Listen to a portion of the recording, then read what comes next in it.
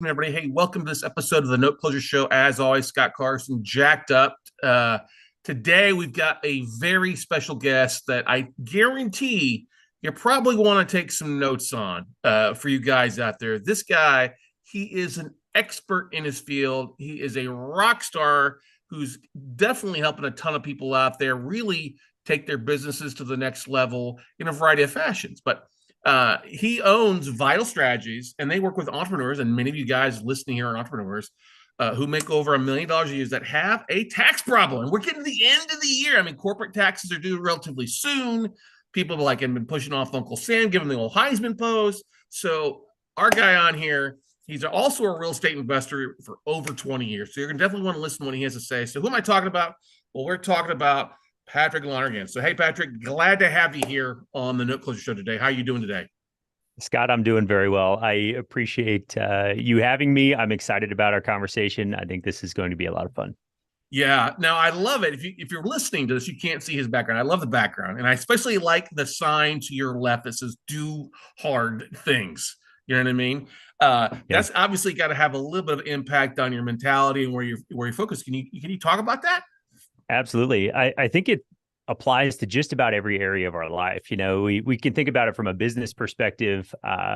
I'm yet to do anything business-wise that goes as easily as I think it's going to. You know, every venture I wander into, I get started, and then there's this dip that you get to just decide, am I going to grind through this, or are we going to just give up and go try something else? And so I think there's a lot of value that comes out of grinding through the dip and making it through to the other side. You get to hang out in territory that most people don't get to. And I also think it applies to lots of areas of our lives, like, you know, relationships. I've been married over 20 years. Like, relationships are hard, and it's the same way. You know, you grind through it, and it's just worth it. I'm a parent. I think about health and fitness and all those other things. It's like I'm yet to come to something that's like, it doesn't take work to get through and find the fulfillment on the other side. So yeah, that's where that comes from. Thank you. I totally believe that, because I think anything worthwhile takes a little bit of that 4-letter word called work. And it's not easy. You know, if you do something worthwhile, it takes work. It takes showing up and doing the hard things. And especially, I love it because in your little bio, you talked about focus on living a great life. Well, I don't think a great life is just given to you. I think it's hard doing the things that maybe most folks don't want to do to achieve successes that, or hit that rare air that most people never achieve, right? Yeah, absolutely. And you know, I think we get sort of lied to a little bit by society about what a great life looks like. Generally, we think it's a lot of money, and hear me say, I am not opposed to making a lot of money, but if we think money's going to make us happy, that's not the truth. There's this acronym we really like called REACH. So R's for relationships, E's for experiences, A's for advancement, growth, that type of thing. C's contribution, it's better to give than receive. And then H is our health. We think there's 3 components to that: spiritual, emotional, and mental health, right? Like, you can't, or my physical health, you can't give me cancer for any amount of money. If I'm depressed and can't get out of bed, it doesn't matter how much cash I have in the bank. So we think we have a lot of control over all of those things. And so I would rather see us like live a full life and have $0 at the end of the day than $100 million in our bank account and chasing the wrong things. So yeah, that's where a full life comes from. And we think that really matters. I like that. That's very catchy. You know, expanding your reach, definitely on that aspect of there. I'll have to have you send that to me again and go back and listen to this myself to mark that down, because I really like that. And that's the thing too, is so many entrepreneurs out there. I think the biggest thing is, oh, hey, get ahead, make more money. You know, he or she who has the most toys at the end wins. Well, if you can't enjoy the toys, or you can't take it with you, what are you missing out on a lot? I got a buddy right now who's picking up his Tesla truck today. Okay. And he's been working on it for 2 years, you know, waiting for 2 years for this truck to be. I'm like, you know, what is that going to do for you? In the last 2 years, you've had to sell your business because your partners disagreed. You got divorced because you're spending too much time out drinking. Now your 2 kids don't love you or don't want to spend time with you. Was it worth it? You know what I mean? Absolutely. And you're nailing it. And one of the reasons we like that acronym REACH is the world tells us to go pursue things outside of our reach, get a bigger, faster, shinier. The next thing is where, the satisfaction will come. And it's not true. There's a lot of it just right here that we can control. Goes back to, do the hard things with the things you've got. So good. So, I love it. Thank you. Well, so and you're currently an investor, and you're in over $120 million worth of projects and stuff like that. And you built Vital Strategies. Can you talk a little about kind of that aspect of that transition, or going in, what led you to creating Vital and building the company? Absolutely. So we started off as a just mom and pop real estate company, getting my hands on deals any way I could. And that business grew nicely. I eventually recruited my wife into the business. And that's when it really took off. She's the brains of the operation. Aren't they always? Yes, absolutely.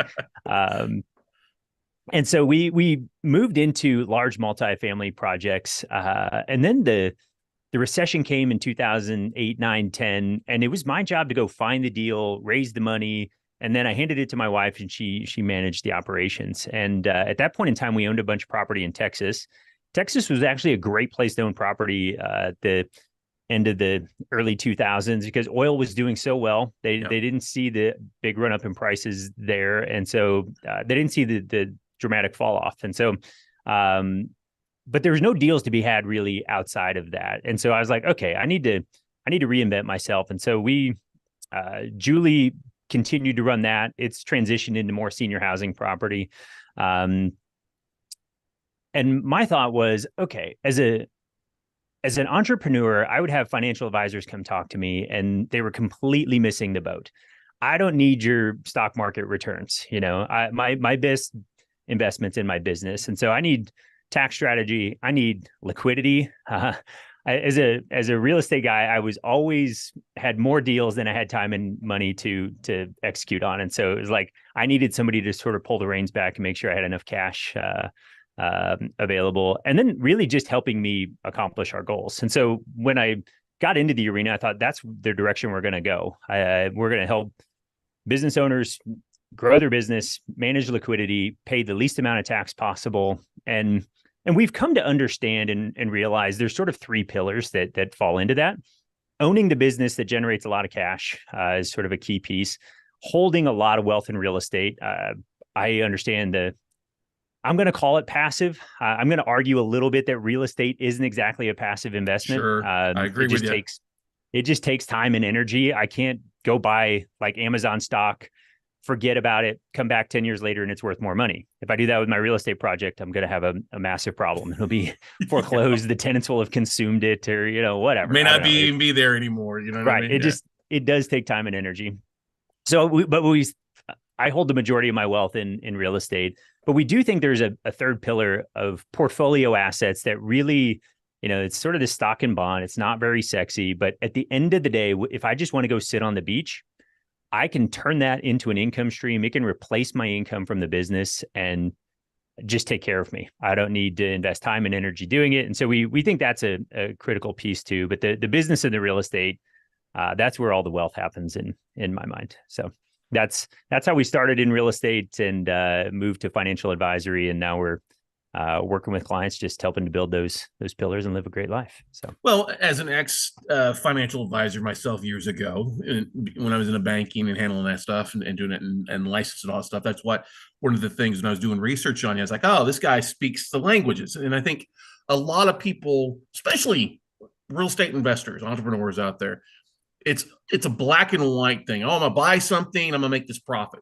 and that's all they look at. They don't understand there's a lot of gray areas out there in the tax planning, the operation, stuff like that can really boost that black and keep you out of the red. But it's a whole different level of I say profit that most people don't tap into because they don't know about it, or they just aren't educated on that aspect of things, right?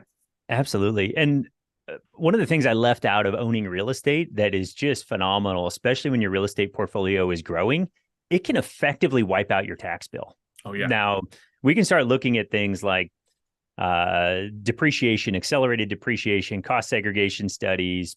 There's PAD studies, partial asset disposition, 45L. There's some different energy efficient tax benefits there. And my wife and I have been able to, she continues to grow the portfolio.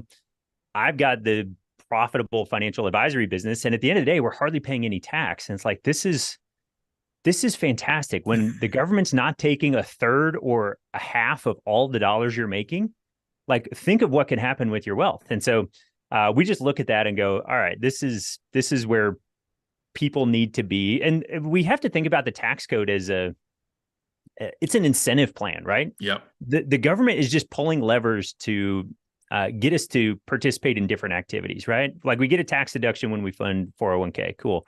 They're trying to entice people to do that. You get a tax deduction when you own and develop real estate in the form of depreciation. Great. They're just incentivizing me to do that. So let's just go find those incentives and use them to the max.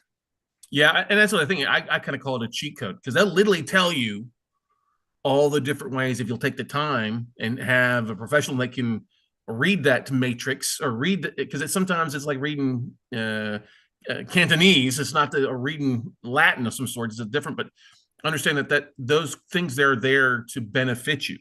And I'm always cracking up at the news or people that are like, oh, this guy didn't pay any taxes. It's like he's just using the cheat codes that are available to you as well, right? And you're smiling there, and I take it you agree with me there a little bit there.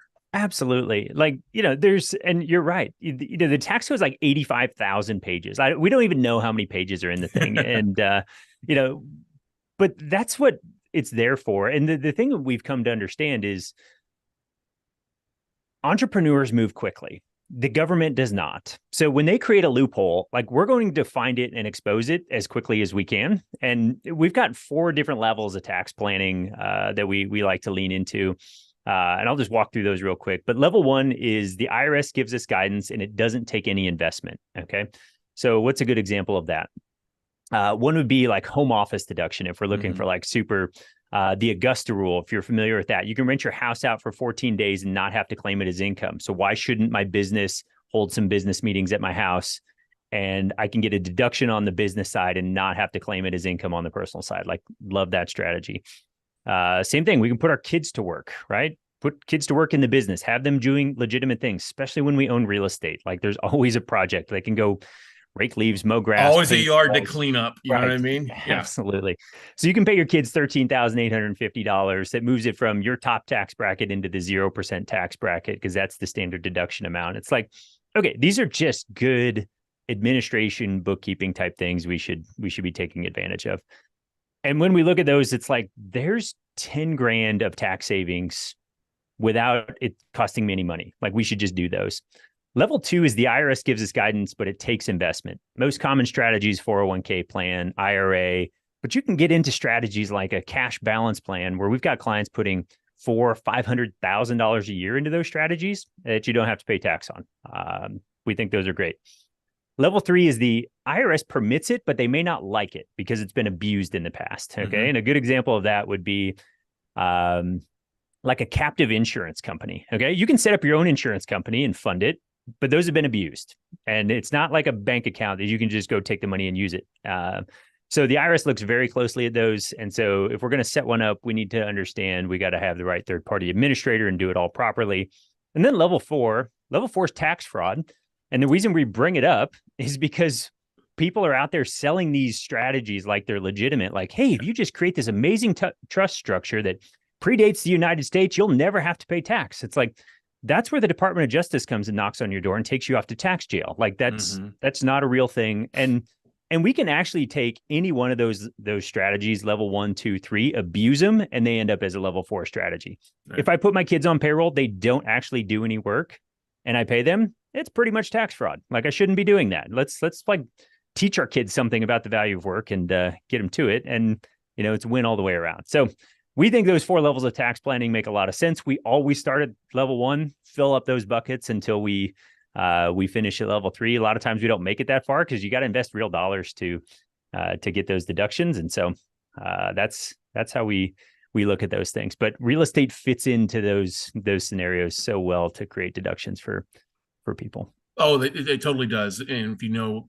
the different ins and outs and loopholes, is definitely a great thing. When you're talk with them, because you're not working with just a brand new investor. You're usually looking for somebody who's at least in the 7 figures range. Is that right?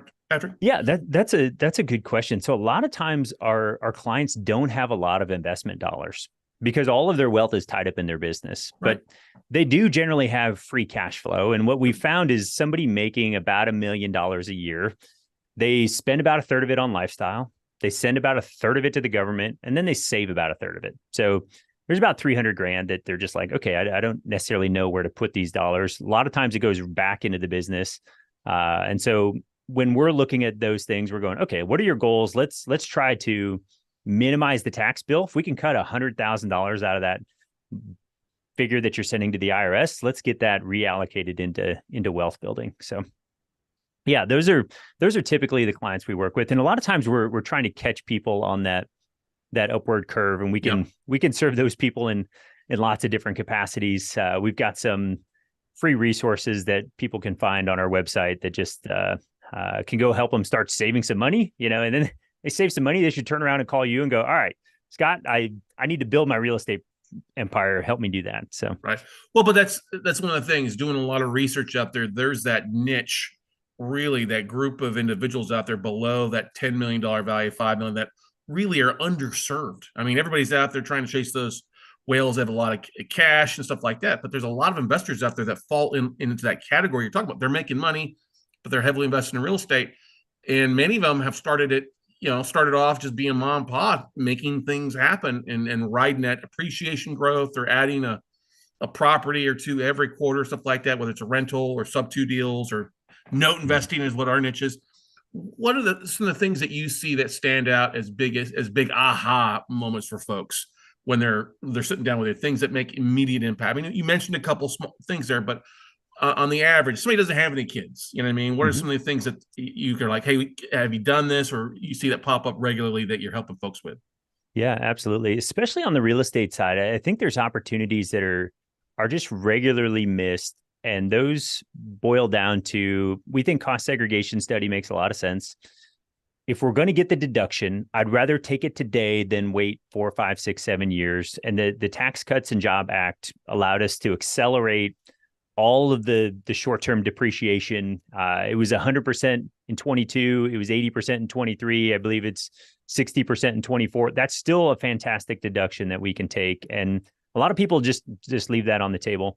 Another thing that we look at is oftentimes we've got clients that are business owners, and then they might own some real estate, but the spouse isn't qualified as a real estate professional. Yeah. And they should should go after that, because then it allows us to, and they maybe haven't necessarily needed it moving forward, but the real estate professional status it's awesome. It allows you to take losses over that $25,000, and that 25,000 phases out if you're making over 100 grand a year. So it's like, let's use those losses against the business income, and they're really phantom losses. And so it can just drive that deduction down. And some people will go, yeah, no, I spent all sorts of time. It's like, well, let's get that real estate professional status, and just it's 750 hours and your primary activity. That's what you need to spend in a year. So I can't be a dentist working 2,000 hours and try to be hit the 750 threshold. Like, the IRS is going to look at that and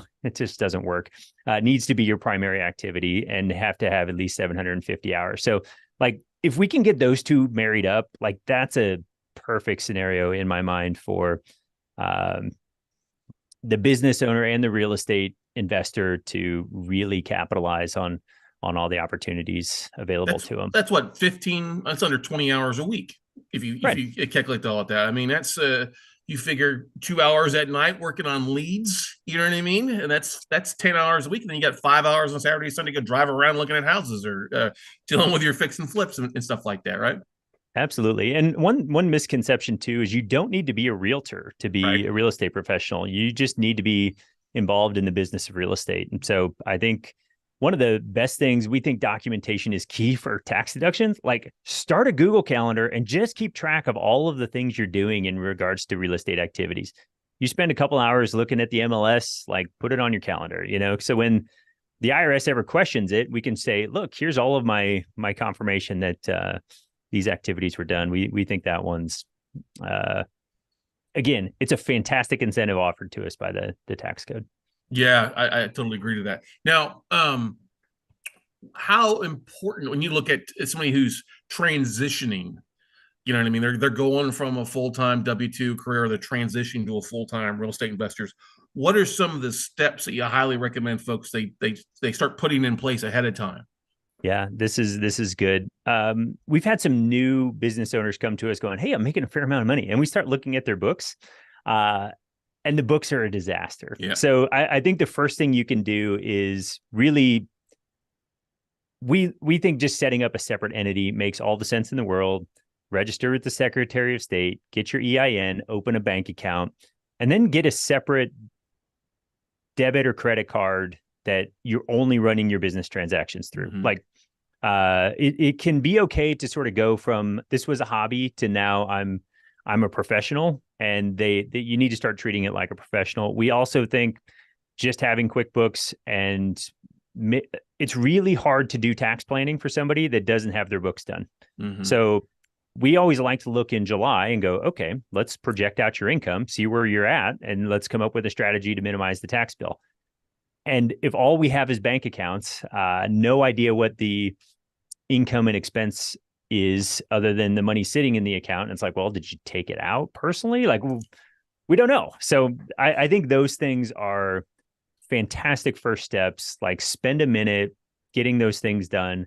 I think it's good to do a little bit of your bookkeeping on your own, but as soon as you get a little bit too busy, you hand that off to a bookkeeper and they stay on top of it. And it's so refreshing to be able to look at your books every month and see, all right, I know exactly where I'm at. There's no better way to tell the health of a business than looking at the books. And a lot of times business owners don't have a clue. So, well, that's the thing. They're commingling their day in, day out individual activities as an individual with the day-to-day activities of the business. And you've got to separate those two to see what's a clear picture and see what's going on in a lot of cases. And then two, see what you can qualify as deductible in a lot of cases, whether it's a business expense or it's a personal expense too, is different, right? Absolutely. And the IRS is going to, if everything's coming into my business or my personal account, and I say, no, these meals were business and those were personal, they're going to look at it and go, no, they're all personal, where if I split them out and I go, yep, these were with prospects, business partners, and these were with my wife and kids, fantastic. Now, I'm not saying you can't have wife and kid dinners that are business dinners. Like, you definitely can. You just need to have a good system to keep them separated. So yeah, that's a fantastic place to start for people that are really just getting going. And that's a lesson I'll say it took me a while to learn. I was trying to do my books. It was super frustrating. And then, a couple of years in, I'm like, forget this. We're just handing it off to a professional. So I think the goal for your listeners is to shortcut the process. And I think, they can engage with you to help shortcut the process. I think this is another one. Just please do what you're best at when you're in your business and hire things out to other folks that they're best at. Yeah. Do stay in your zone of genius and outsource, delegate your weaknesses in a lot of cases. And oftentimes people wait to do their books to the very end or don't do it at all in a lot of cases, who hasn't been down that road before. So I wanted to ask you something. With everything that happened, especially a lot of real estate investors were impacted during COVID, with the foreclosure delays and people not paying rent. Were there some things that people were able to take advantage of as far as discounts or write-offs? Or I had somebody one time say something, it was a catastrophe, national disaster. Basically, you write a lot of stuff off because it was a national disaster and the code was written loosely. Can you clarify a little bit of that or talk more about that?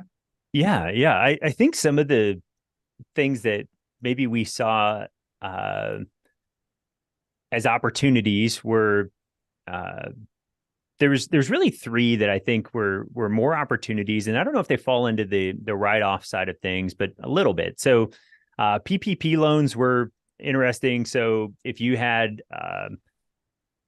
a management operation, had revenue and wages and that type of thing, those were dollars you could go get. Now, I know there's a little bit of abuse there, but at the end of the day, a lot of those PPP loans were just completely forgiven, which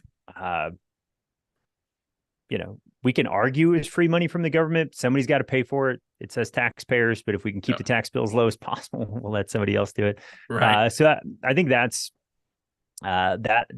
one. Another one was EIDL loans.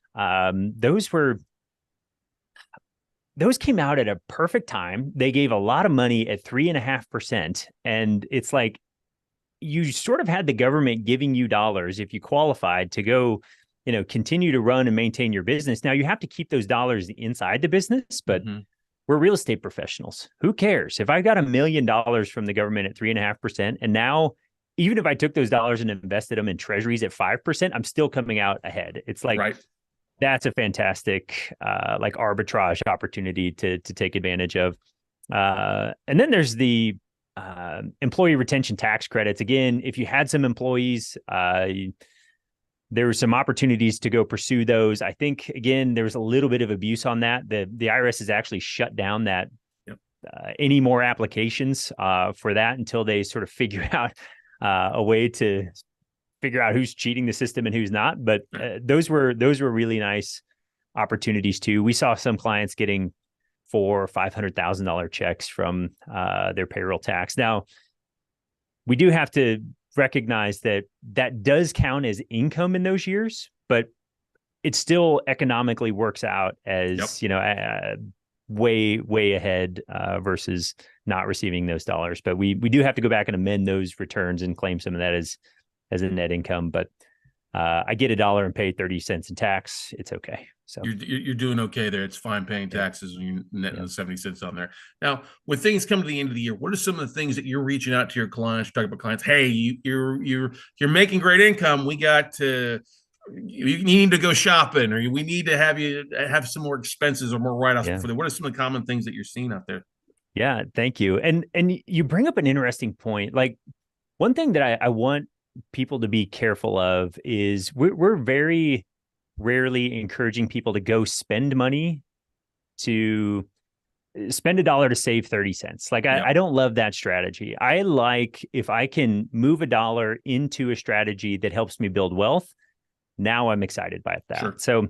So I think one of the things that we really like to make sure all of our clients are getting, and this is something we do at year end, and we get a little, the closer we get to December 31st, the more you hear from us. So if you want to stop hearing from us, like, let's get it done. But the 14 days for the Augusta rule, like, that one is just low hanging fruit.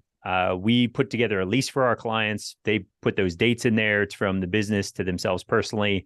And then they transfer the dollars, and we just make sure that that's all buttoned up. And then we send 3 Airbnb comparables to just validate that entire transaction.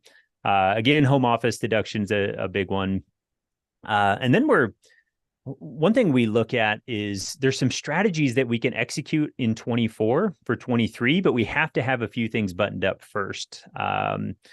And a lot of times that revolves around the employee's wages. Okay. So, like, there's a strategy called a cash balance plan that somebody could get $200,000, $300,000, $400,000 into, and they don't have to fund it until the tax filing deadline, which can be all the way into September of 24. But it's that dollar figure's dependent on the wages they paid themselves. So sometimes we're raising those wages up to get that dollar figure where we want. Other times we're looking at what's called a QBI deduction. Without getting super technical, the QBI deduction is lesser of 2 numbers. Okay. So it's the lesser of 20% of net income or 50% of the wages paid out of the business. Okay. So every dollar in wage we pay ourselves, it reduces net income.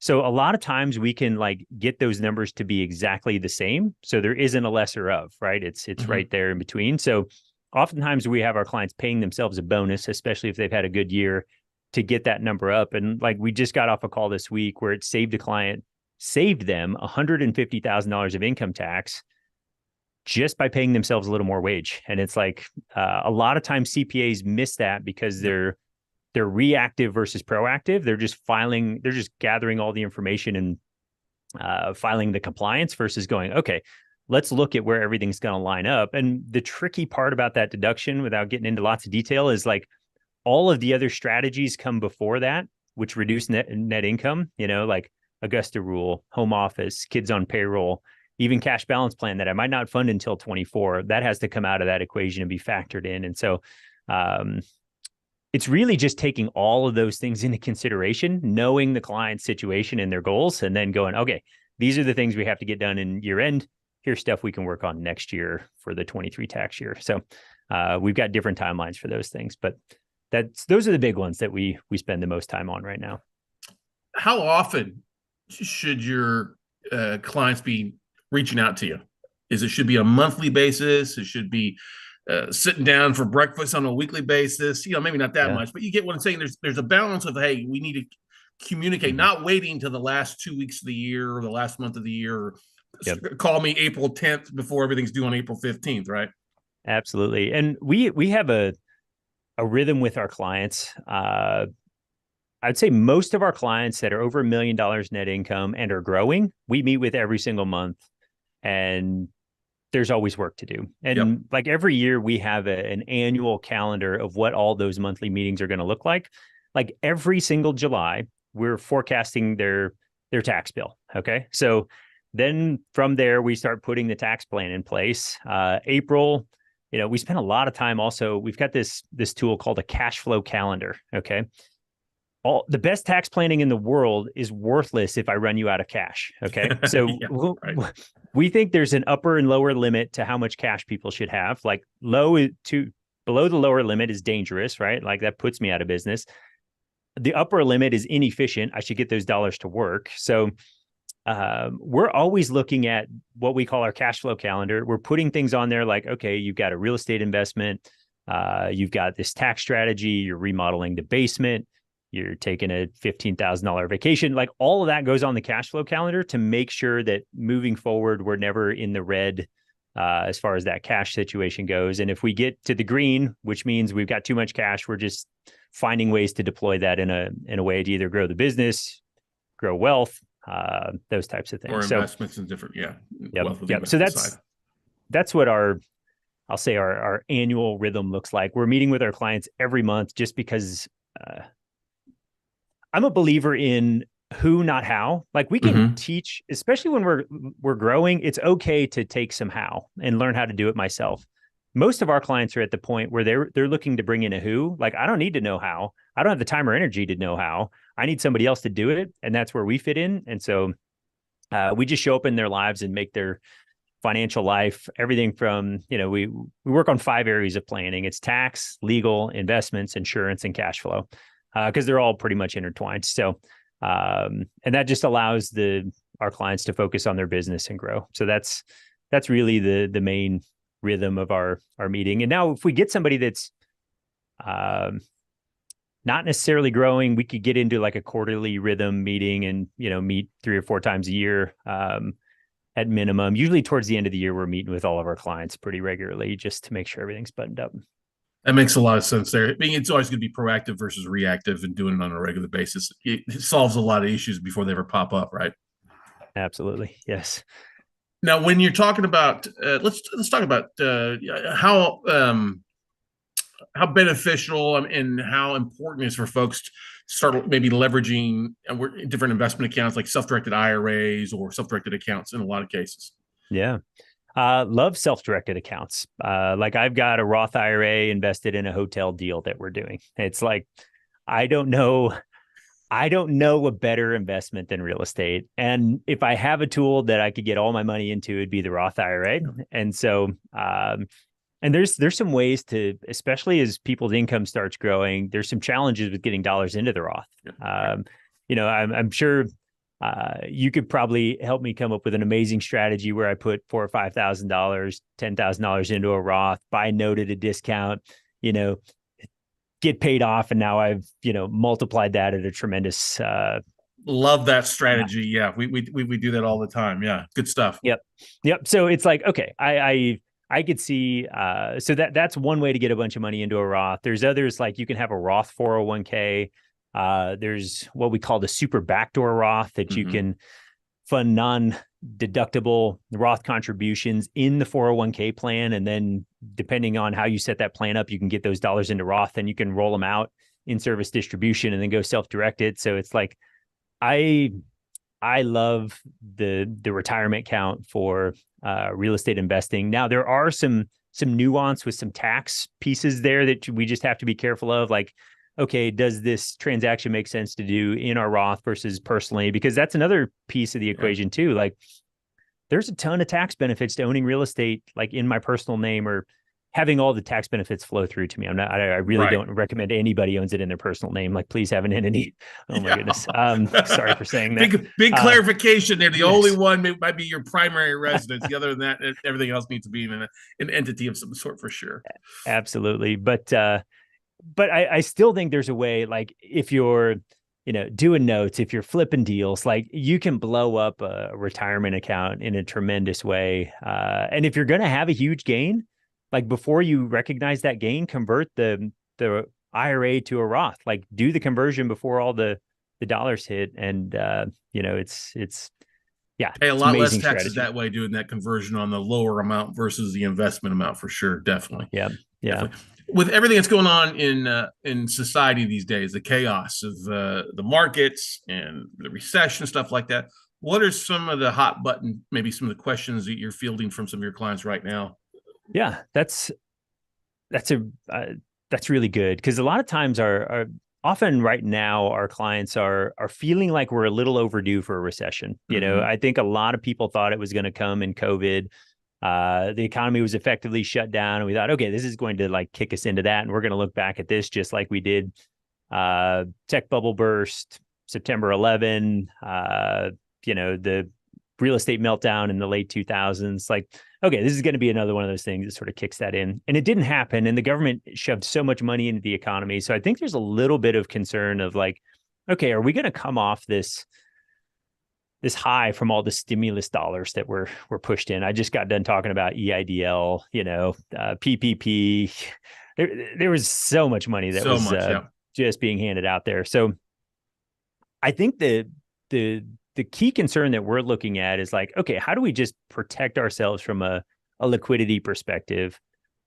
If we feel like asset values are maybe a little higher than they've been in a while, like I don't want to discourage people, because there's always deals to be had, especially in the real estate market. It's an imperfect market. You can go find deals all the time, everywhere, in every situation. Like that's I don't want to say just sit on the sidelines and wait, but I think in general, our clients are looking at like, okay, if we see a downturn, how's that going to affect my business? How's it going to affect, the assets I own? Inflation is sort of helping. Mm-hmm. I love real estate as an inflation hedge. Like, your mortgage payment stays the same, the asset value goes up, the rents go up, like that's exciting to me. And so I don't know if there's a better place to hedge against inflation than holding assets in real estate. So I think that's sort of the main concern, is like, let's just make sure we're really protecting our liquidity. I don't love using debt, but debt is a form of liquidity. So let's get lines of credit lined up right now. Mm-hmm. I'm okay borrowing money at 8, 9, 10%. That's like what some of the rates are on lines of credit. If I can go get a great deal that's, I'm getting it a 30, 40, 50% discount, like I should spend the money on that. Like we've got a client paying cash for a building right now at $5 million that was just purchased a few years ago at 14 million. Like it's a fantastic deal, but he needed cash and needed to get it closed in 30 days. And it's like, he had the lines of credit and the liquidity all lined up. And I think that's a important piece for people, is like, okay, how do I like to use as little cash as possible doing deals, but sometimes you just need to be able to write a check and get something done. And so that's sort of the main thing that we're looking at right now, is how do we protect our liquidity with everything going on in the world right now. Well, I think it's totally important. I totally agree. I laugh thinking of the mortgage. People are complaining, 6%, 7% mortgage rates is ridiculous. I'm like, that was a pretty good rate back in 2004 to 2008 when I was a mortgage broker as well. I was like, we're all, a lot of spoiled people out there that are like just looking for excuses not to get in. If you can find a deal, yeah, if it's going to cost you 8, 9% money, but you're going to be making 20, 30%, the math just makes sense. Instead of saying, I'm waiting for the perfect deal. Hey, somebody else is going to grab that perfect deal from you and run with it. Right. Absolutely. And I think there's too many people that sit on the sidelines waiting for the perfect situation. And there's always a reason while it's not a perfect situation, Yeah. So I think there's there's just something to taking action. And so can I tell a little story about this lemonade stand sign? I was going to ask you about that. I saw that in there. Yes, please, Okay. please tell me the story. All right, good. So a friend of mine was telling me this story about how he lives on a cul-de-sac. He's got 4 daughters. They set up a sign outside for a lemonade stand. And he was like, this is not going to work. We live on a cul-de-sac. You don't have your sign spelled right. It's probably the worst lemonade anybody's ever tried. But he goes, you know what happened? They sold all the lemonade. They came inside with $40. I was watching them run up and down the street. The streets going across. They were like flagging people down. He was like, there's no substitute for just jumping in and taking action. Mm-hmm. Your sign doesn't need to be perfect. Your entity setup doesn't have to be perfect. You don't have to have the right logo. Like, just go take action. And I'm like, my goodness, there's so much truth in that. And I'm like, I love that story. I've been telling people that story. And so he had this sign made because they basically ripped a box apart and wrote lemonade stand on it. And then he had this sign made for me that's like an identical replica of the box that they tore apart. And I'm like, this is awesome. Because I told him I was telling everybody this story. So he sent me the lemonade stand sign. And I'm like, there's just no substitute for action. And there's oftentimes I have to remember that because it's so easy for me to get caught up in, oh, I got to get this thing right. I got to get it perfect. And it's like, just go do it. Just take action and get started. And you'll be amazed what happened because a year later, you'll be so much farther ahead than if you just waited for the perfect conditions. So true. I mean, that's the biggest thing. Action, nothing replaces taking action. I mean, if you wait for all your ducks to be in a row, they're never going to be in the row that you want to be. And you lose these 6 months, a year, or 2 years. I still know people are waiting for things to be perfect 5 years. And they should have started 5 years ago. They'd be so much further along just taking action and figuring it. It's almost like jumping out of a airplane and creating your parachute on the way down in some case. Absolutely. And I think there's a belief part of that too. Like, I think there's this underlying thing that people don't believe that they can do it, you know? And I think there's something to, like, we take a little bit of action, it builds a little bit of positive reinforcement. And then if we go back to the beginning of our conversation, like, it's going to get hard. There's going to be some times where you're going to be ready to quit, and you just keep one step at a time, keep grinding through. And at the end of the day, you end up in territory that people normally don't get to because you're willing to start and take action and do it when it was hard. So, well, I love that you bring that up because I think what really truly separates a lot of folks in that rare air is taking the time to understand that, expand their knowledge or reach when it comes to the tax codes and advising themselves or working with advisors and team to help them put really a true strategy together for wealth building, not just saving taxes. You know, that's great, but the true wealth building, and it all varies differently from what everybody else considers wealth. You know, whether it's more time. I've seen people that make $1 million a year, the unhappiest people in the world, and the guy that's, you know, chilling, making 10 grand a month, just as happy as can be. You know, all varies. Absolutely. I couldn't agree more. And I think one thing too that helps shortcut the process, and this is something that I did, and I think you do a great job helping people with, is like, find somebody that's been there and done that, that's been down the path before, that knows where the pitfalls are going to be and can help you avoid those, because there's still going to be hard things, but there's going to be less hard things. And so just find somebody I don't know if I've made a better investment in my entire career than investing in my education and bringing people around me that have been there and done that. It's been so good for the long term in my growth and has accelerated me to places that I didn't think possible. I can think of the most expensive conference I ever spent. It was $30,000 for a week. I was like, oh my gosh, what are we doing? But it changed my trajectory. It changed the way I thought about money. It surrounded me with people and put us in a mastermind of folks that were thinking way beyond what I thought was possible. And it reshaped what, going back to my comment on belief, it reshaped what I believed was possible. I'm like, okay, these people are doing it. I mean, they're amazing people, but they're nothing extraordinary, So if they can do it, I'm sure I can figure out how to do it. And it was fantastic for just our belief structure. And so my encouragement to the listeners is just like, invest in yourself. It's the best return you're going to get. Amen to that. I think that's a great way to wrap this up. Patrick, what's the best way for our listeners and those that are listening to this or watching this to reach out to you? They can connect with you and see if they're a fit for hiring you as a coach and mentor along the way.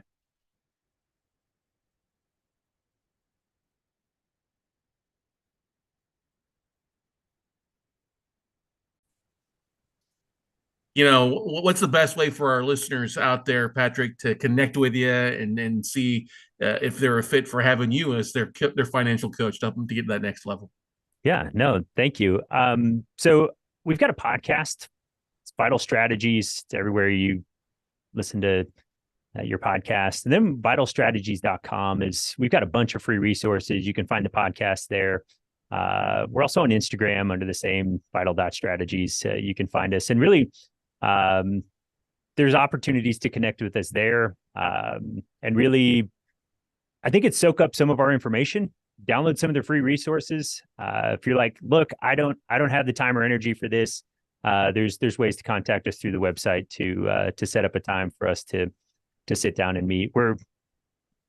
It would be a very special situation to take on a new client before year end. So my suggestion would be take advantage of some of those free resources. We're gonna kick off a $10,000 tax savings challenge before the end of the year. Just like, please take some of these free resources, save 10 grand, don't pay it to the IRS, like use it to go build wealth and live a great life. And we think that would be a great place for people to start. And then in the new year, we're looking at taking on some more clients just to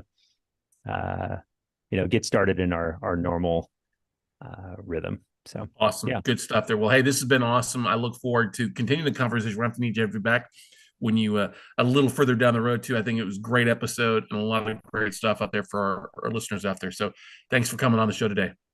Fantastic. Thanks for having me, Scott. I really appreciate it. Anytime. Awesome. Great, guys. Hey, got some nuggets today. Hopefully you took some notes down. You take advantage of those free resources that Patrick mentioned. We'll have the links all in the show notes there for you. Listen to his podcast. I've been binging it and absolutely loving the episodes, and one of the most knowledgeable guys when it comes to expanding your reach. And I like what Patrick said about reach and how you define it. So go out, take some action, buddy, and we'll see you at the top.